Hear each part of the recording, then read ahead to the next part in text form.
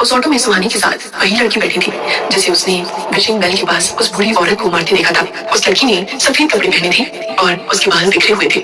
उस लड़की का चेहरा सुहानी की तरफ ही था, लेकिन सुहानी उसका चेहरा नहीं देख पा रही थी। सुहानी डर से अपनी आंखें फिर से बंद कर लेती है। सुहानी की चीख ऑटो ड्राइवर भी सुनता है। वो साइड मिरर से सुहानी को देखता है। उसे बैक सीट पर सुहानी के अलावा और कोई भी दिखाई नहीं देता। ड्राइवर बिना कुछ रिएक्ट किए ऑटो की स्पीड और बढ़ा देता है। कुछ देर बाद सुहानी फिर से अपनी आंखें खोलती है। अब वो लड़की वहां नहीं थी। ऑटो में सिर्फ सुहानी और ड्राइवर ही थे। सुहानी बहुत डर गई थी, लेकिन वो खुद को शांत करने की कोशिश करती है। वो ऑटो ड्राइवर को देखती है जो बिना कुछ कहे ऑटो आगे बढ़ा रहा था। ड्राइवर को देखकर वो सोच में पड़ जाती है कि उसके इतने जोर से चीखने पर भी ऑटो ड्राइवर ने ऑटो क्यों नहीं रोका। इतने में सुहानी हॉस्टल पहुंच जाती है और ऑटो ड्राइवर ऑटो रोक लेता है। हॉस्टल पहुंचने पर सुहानी चैन की सांस लेती है। ऑटो से उतरकर सुहानी ऑटो ड्राइवर से कहती है, भैया कुछ देर पहले मेरे इतनी जोर से चीखने पर भी आपने ऑटो क्यों नहीं रोका।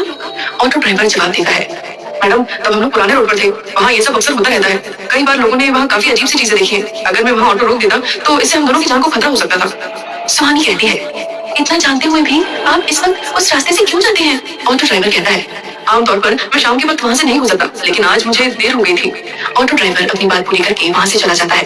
सुहानी को भी उसकी बात बिल्कुल सही लगती है। ऑटो ड्राइवर के वहाँ से जाने के बाद सुहानी हॉस्टल के अंदर चली जाती है।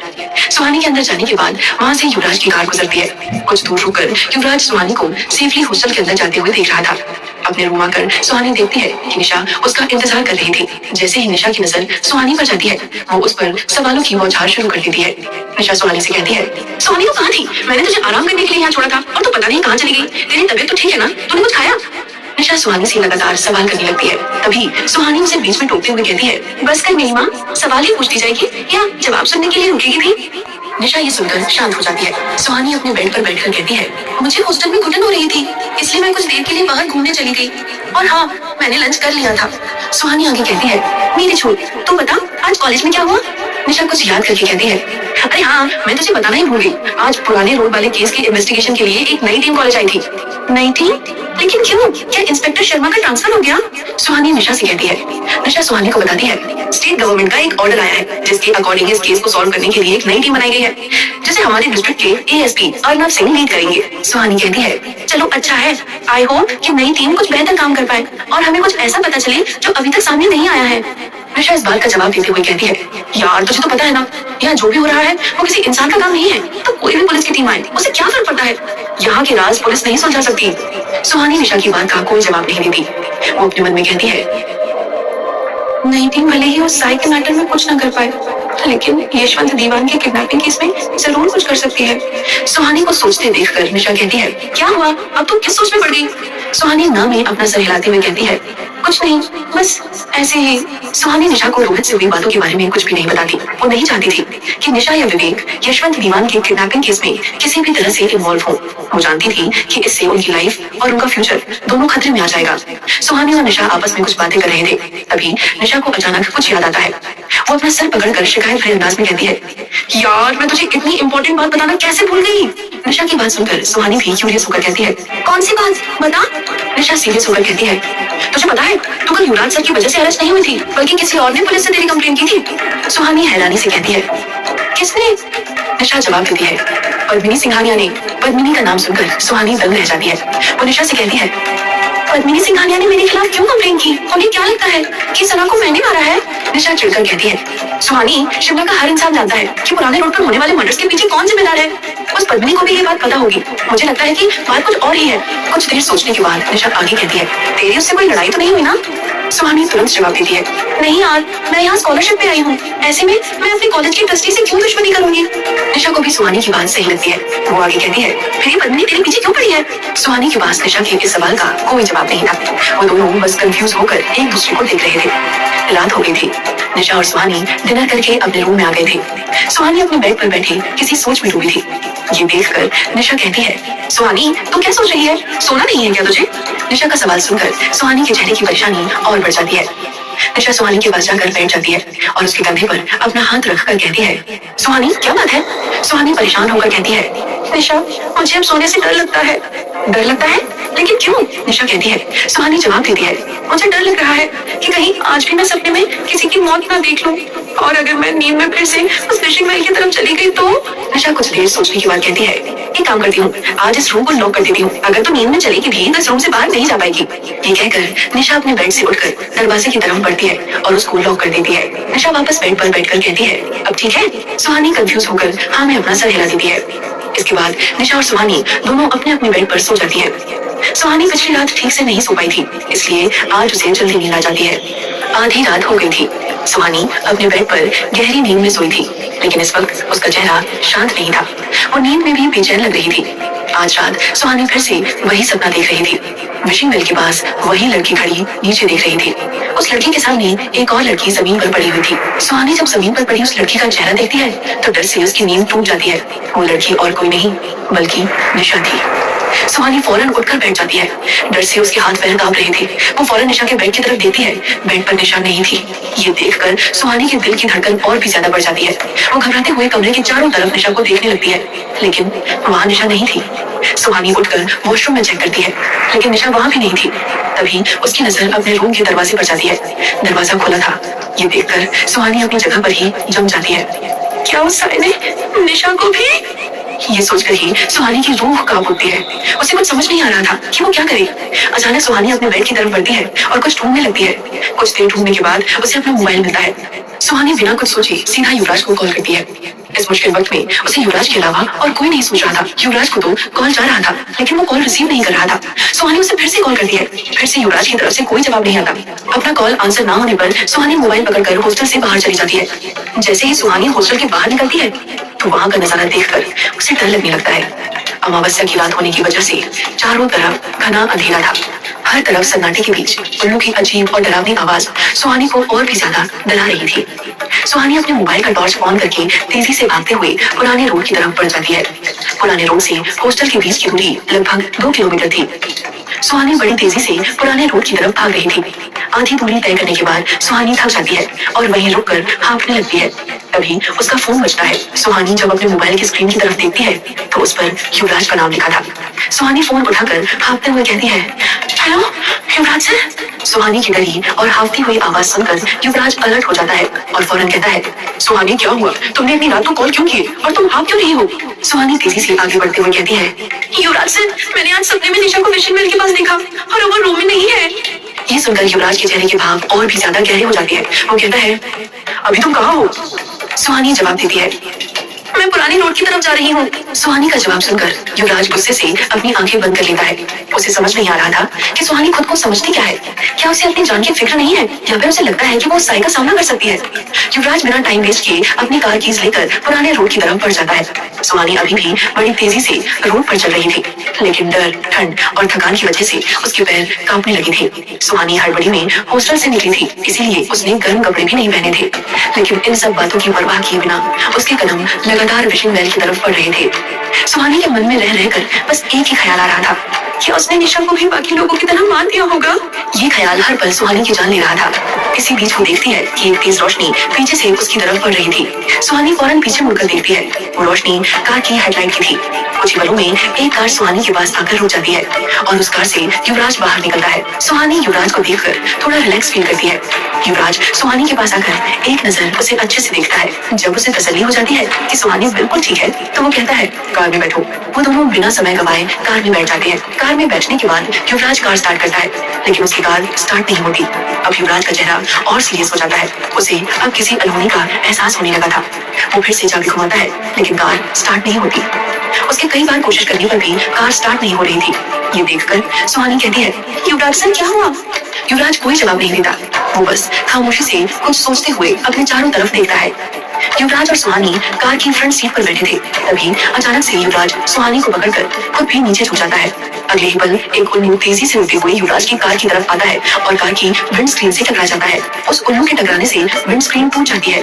क्या है सुहानी और युवराज पर होने वाले इस हमले की वजह? क्या फिर से युवराज सुहानी को इस मुसीबत से बचा पाएगा? क्या निशा अब भी जिंदा है या बन चुकी है उस साई का शिकार? जानने के युवराज और सुहानी नीचे झुके हुए थे, इसलिए उन्हें चोट नहीं लगती। युवराज फौरन सुहानी से कहता है, बाहर निकलो। युवराज के कहते ही वो दोनों कार से बाहर निकल जाते हैं। जैसे ही वो दोनों कार से बाहर निकलते हैं तभी एक बड़ा सा पेड़ कार के ऊपर गिर जाता है। पेड़ के गिरने से वो कार अब पूरी तरह से डैमेज हो चुकी थी। अगर इस वक्त कोई इंसान उस कार के अंदर बैठा होता तो उसका बचना नामुमकिन था। युवराज भागकर सुहानी के पास आता है और उसका हाथ पकड़कर कहता है, तुम ठीक हो? युवराज की आंखों में सुहानी की नींद साफ दिख रहा था। ये सब देखकर सुहानी बहुत डर गई थी। डर की वजह से वो कुछ बोल नहीं पा रही थी। वो बस हाँ में अपना सर हिला देती है। युवराज को अपने आसपास कुछ महसूस होता है और वो अपने मन में कहता है, वो यही है। इसके बाद युवराज सुहानी से कहता है, चलो यहाँ से। युवराज सुहानी का हाथ पकड़कर आगे बढ़ने लगता है, लेकिन सुहानी अपने कदम नहीं बढ़ाती। युवराज वहीं रुककर सुहानी को सवालिया नजरों से देखने लगता है। सुहानी कहती है, मैं निशा के बिना वापस नहीं जाऊंगी। युवराज समझ जाता है कि सुहानी उसकी बात नहीं मानने वाली है। वो बिना किसी एक्सप्रेशन के कहता है, ठीक है। युवराज सुहानी का हाथ पकड़कर पुराने रूम की तरफ बढ़ जाता है। वो दोनों तेजी से विशिंग वेल की तरफ ही जा रहे थे। तभी सुहानी को अपने कान के बिल्कुल करीब से फुसफुसाती हुई आवाज सुनाई देती है, सुहानी। ये सुनकर सुहानी चलते हुए अपनी दाईं तरफ देखती है और अपना बैलेंस खो देती है। बैलेंस बिगड़ने की वजह से सुहानी नीचे गिर जाती है और युवराज का हाथ उससे छूट जाता है। सुहानी अब सड़क पर पड़ी हुई थी और तभी एक पेड़ बड़ी तेजी से उसके ऊपर गिरने लगता है। सुहानी के लिए इतनी जल्दी वहां से हट पाना पॉसिबल नहीं था, लेकिन इस वक्त उसके साथ युवराज था। युवराज फौरन सुहानी को पकड़कर पीछे की तरफ खींच लेता है। इससे सुहानी की जान तो बच जाती है, लेकिन उसका एक पैर उस पेड़ की डाल के नीचे आ जाता है। सुहानी को तेज दर्द होता है और उसकी चीख निकल जाती है। युवराज सुहानी के पास घुटने के बल बैठ जाता है और उसका पैर पेड़ के नीचे से बाहर निकालता है। वो दोनों सड़क पर बैठे हुए थे। तभी एक साया तेजी से सुहानी के पास से उसे छूते हुए गुजरता है। ये सब एक के बाद एक इतनी जल्दी हो रहा था कि युवराज को संभलने का मौका ही नहीं मिल रहा था। उस साए के जाते ही सुहानी को अपने गर्दन के पास तेज दर्द महसूस होता है। सुहानी अपना हाथ जब गर्दन पर रखती है तो उसे कुछ नमी महसूस होती है। सुहानी समझ जाती है कि ये नमी खून की है और उसके गले में चोट लगी है। सुहानी की चोट देखकर युवराज और भी ज्यादा परेशान हो जाता है। वो सुहानी को अपना सहारा देकर खड़ा करता है। सुहानी के पैर में भी बहुत दर्द हो रहा था। वो युवराज का सहारा लेकर चलने की कोशिश करती है, लेकिन वो चल नहीं पा रही थी। तभी वो साया फिर से उसी स्पीड में सुहानी की तरफ बढ़ता है। ये देखकर युवराज के चेहरे पर गुस्से के भाव आ जाते हैं। जैसे ही वो साया सुहानी को छूने वाला होता है, सुहानी डरकर अपने हाथ से अपना चेहरा ढक लेती है। इससे पहले वो साया सुहानी पर हमला कर पाता, युवराज सुहानी के सामने आ जाता है। युवराज के ऐसा करने पर वो साया इस बार युवराज को छूकर चला जाता है। साया के युवराज को छूते ही वहाँ एक भयानक आवाज गूंज जाती है और अगले ही पल वहाँ सब कुछ शांत हो जाता है। कुछ पल पहले चारों तरफ जो हलचल हो रही थी वो अब बिल्कुल बंद हो गई थी। चारों तरफ फिर से वही सन्नाटा छा गया था। अगर कोई आवाज आ रही थी तो वो आवाज सुहानी और युवराज की तेज सांसों की थी। कुछ देर बाद जब सुहानी को एहसास होता है कि उसे कुछ भी नहीं हुआ है, वो अपना हाथ हटाती है और देखती है कि अब वहाँ वो साया नहीं है और उसके सामने युवराज खड़ा है। क्या वो साया चला गया? सुहानी हैरान होकर कहती है। युवराज जवाब देता है, हाँ। सुहानी डर और कंफ्यूजन के साथ कहती है, कहीं वो फिर से तो वापस नहीं आएगा ना? युवराज सुहानी के सवाल का कोई जवाब नहीं देता और अपने आसपास देखने लगता है। वहाँ सड़क पर सुहानी का मोबाइल पड़ा हुआ था, जिसकी फ्लैश लाइट अभी भी ऑन थी। युवराज उस मोबाइल को उठाता है और उसे सुहानी की तरफ बढ़ा देता है। सुहानी एक नजर युवराज को देखती है, जो बिना किसी भाव के दूसरी तरफ देख रहा था। सुहानी युवराज से अपना फोन लेकर उसमें टाइम देखती है। अभी सुबह के 4:15 हो रहे थे। ये देखकर सुहानी को कुछ याद आता है और वो कहती है, अच्छा तो वो शायद इसलिए चला गया। युवराज को सुहानी की बात समझ नहीं आती। वो कंफ्यूज होकर कहता है, क्या? सुहानी आगे कहती है, मैंने सुना है कि सुबह 4 बजे से ब्रह्म मुहूर्त शुरू हो जाता है। इसके बाद से बुरी शक्तियां कमजोर पड़ जाती हैं। शायद इसी वजह से वो साया मुझे बिना मारे ही चला गया। युवराज इस बात का कोई जवाब नहीं देता। उसे पता था कि उस साए की वहाँ से जाने की वजह कुछ और ही थी। तभी सुहानी को निशा की याद आती है। वो हड़बड़ाते हुए कहती है, युवराज सर, हम उस फिशिंग वेल से बस कुछ ही कदम दूरी पर हैं। चलिए, हमें निशा को ढूंढना है। युवराज सुहानी को सहारा देकर उस फिशिंग वेल की तरफ बढ़ जाता है। सुहानी ने नोटिस नहीं किया था, लेकिन युवराज के हाथ पर भी एक पंजे से बना निशान था, जिससे खून बह रहा था। युवराज उस हाथ को पीछे कर लेता है, जिससे सुहानी की नजर उस पर न पड़े। कुछ ही देर बाद वो दोनों फिशिंग वेल के सामने थे। वहाँ पहुँचते ही सुहानी बेचैन होकर निशा को ढूंढने लगती है, लेकिन वहाँ कोई नहीं था। सुहानी पागलों की तरह इधर उधर निशा को वहाँ ढूंढने लगती है, लेकिन इसका कोई फायदा नहीं था। निशा वहाँ नहीं थी। कुछ देर तक उसे ढूंढने के बाद सुहानी की हिम्मत भी जवाब दे जाती है। उसकी आंखों से आंसू बहने लगते हैं और वो घुटने के बल जमीन पर बैठकर रोने लगती है। युवराज को भी अब यही लग रहा था कि निशा भी बाकी लोगों की तरह उस साए का शिकार बन गई है। उसे निशा के लिए दुख हो रहा था और साथ ही सुहानी की ऐसी हालत देखकर उसे बिल्कुल अच्छा नहीं लग रहा था। वो सुहानी के पास जाकर घुटने के बल बैठ जाता है उसे समझ नहीं आ रहा था कि वो सुहानी को कैसे हैंडल करे। वो अपना हाथ उठाकर सुहानी के कंधे की तरफ बढ़ाता है, लेकिन अपने हाथ को हवा में ही रोक लेता है। तभी सुहानी का फोन बजता है और युवराज अपना हाथ पीछे ले लेता है। सुहानी निशा की खबर मिलने की उम्मीद से फौरन फोन उठाती है। फोन से एक आदमी की आवाज आती है। हेलो, क्या आप सुहानी शर्मा है? जी, सुहानी आंसू पोंछते हुए कहती है। वो आदमी कहता है, आपकी दोस्त निशा सिंह सिटी हॉस्पिटल में एडमिट है, आप जल्दी से आ जाइए। उस आदमी की बात सुनकर सुहानी की आंखें हैरानी से बड़ी हो जाती हैं और वो लगभग चीखते हुए कहती है, क्या? सुहानी इसकी आगे कुछ नहीं कह पा रही थी। युवराज खामोशी से सुहानी को देख रहा था। फोन से उस आदमी की आवाज आती है। मैंने कहा आपकी फ्रेंड निशा सिंह हॉस्पिटल में एडमिट है। उस आदमी की आवाज सुनकर सुहानी अपने होश में आती है और हड़बड़ाते हुए कहती है, हाँ हाँ हाँ हाँ। सुहानी अभी भी कुछ नहीं कह पा रही थी। उसके मोबाइल से फिर से आवाज आती है। Hello miss Suhani, are you there? Yuvraj कब से सुहानी को देख रहा था, जो इस वक्त खुद को हैंडल ही नहीं कर पा रही थी। वो सुहानी के हाथ से मोबाइल लेकर कहता है, हेलो। फोन से आवाज आती है। Hello sir, I want to inform you, miss Nisha Singh city hospital में एडमिट है। युवराज कहता है, इज शी फाइन? फोन से आवाज आती है, yes she is fine now. ये सुनकर युवराज चैन की सांस लेता है और कहता है, ओके, हम अभी आ रहे हैं। ये कहकर युवराज फोन कट कर देता है। फोन कट करके युवराज सुहानी को देखता है, जो कंफ्यूज होकर उसे ही देख रही थी। सुहानी ने कुछ ही देर में बहुत सारे इमोशंस एक साथ फेस कर लिए थे, इसलिए उसे समझ नहीं आ रहा था कि अब वो कैसे रिएक्ट करे। युवराज की नजर सुहानी पर रुक जाती है। वो इस वक्त बहुत क्यूट लग रही थी। कुछ पल के लिए वो भूल जाता है कि उसे निशा के पास सिटी हॉस्पिटल जाना है। युवराज से कोई जवाब न मिलने पर सुहानी उसका हाथ पकड़कर उसे हिलाते हुए कहती है, युवराज सर, क्या हुआ? निशा ठीक है ना? सुहानी के ऐसा करने से युवराज का ध्यान टूटता है और वो थोड़ा हड़बड़ा जाता है। अगले ही पल वो खुद को संभालते हुए कहता है, हाँ वो ठीक है, हमें सिटी हॉस्पिटल जाना होगा, निशा वहीं है। सुहानी बौखलाहट के साथ कहती है, क्या हुआ है उसे और वो हॉस्पिटल कैसे पहुंच गई? युवराज कहता है, ये उसके पास जाकर ही पता चलेगा। सुहानी हाँ में अपना सर हिलाते हुए कहती है। आज युवराज की नजर सुहानी से हट ही नहीं रही थी। सुहानी का इतना मासूम होना आज युवराज को बहुत परेशान कर रहा था। वो चाहकर भी अपनी नजरें कहीं और नहीं ले जा पा रहा था। तभी युवराज नोटिस करता है कि सुहानी ने कोई भी गर्म कपड़ा नहीं पहना है और वो ठंड से कांप रही है। युवराज डिसअपॉइंटेड होकर अपनी आंखें बंद कर लेता है और अपने मन में कहता है, इस लड़की का कुछ नहीं हो सकता। युवराज अपनी आंखें खोलकर अपनी जैकेट निकालता है। सुहानी कंफ्यूज होकर युवराज को देख रही थी। अगले ही पल युवराज उस जैकेट से सुहानी को कवर कर देता है। सुहानी उस जैकेट को खुद से दूर करते हुए कहती है, इसकी जरूरत नहीं है। युवराज सुहानी का हाथ पकड़कर उसे जैकेट उतारने से रोक लेता है और सुहानी को डांटते हुए कहता है, क्या तुम्हें नहीं पता कि तुम शिमला में रहती हो और रात को यहाँ टेम्परेचर माइनस में चलता है, तुमने गर्म कपड़े क्यों नहीं पहने हैं? अब सुहानी को ध्यान आता है कि जल्दबाजी में वो गर्म कपड़ों के बिना ही बाहर आ गई थी। अब उसे ठंड का एहसास हो रहा था और उसकी कपकपी भी बढ़ गई थी। सुहानी मासूमियत से जवाब देती है, मैं डर गई थी। युवराज थोड़ी सख्ती से कहता है, तो अब इसे पहन कर रखो। सुहानी जैकेट को निकालते हुए कहती है, नहीं, पहले ही आपकी जैकेट मेरे पास है और अब ये भी। युवराज कहता है, मेरे पास बहुत है। सुहानी कहती है, अगर आप इसे मुझे नहीं दोगी तो खुद क्या पहनोगी? ठंड तो युवराज को भी बहुत लग रही थी, लेकिन वो इनकार करते हुए कहता है, मुझे इसकी जरूरत नहीं है, मुझे ठंड नहीं लगती। युवराज अपनी बात पर जोर देकर आगे कहता है, अब चुपचाप इसे पहने रहो। इस बार सुहानी युवराज को मना नहीं कर पाती और अपनी जिद छोड़ देती है।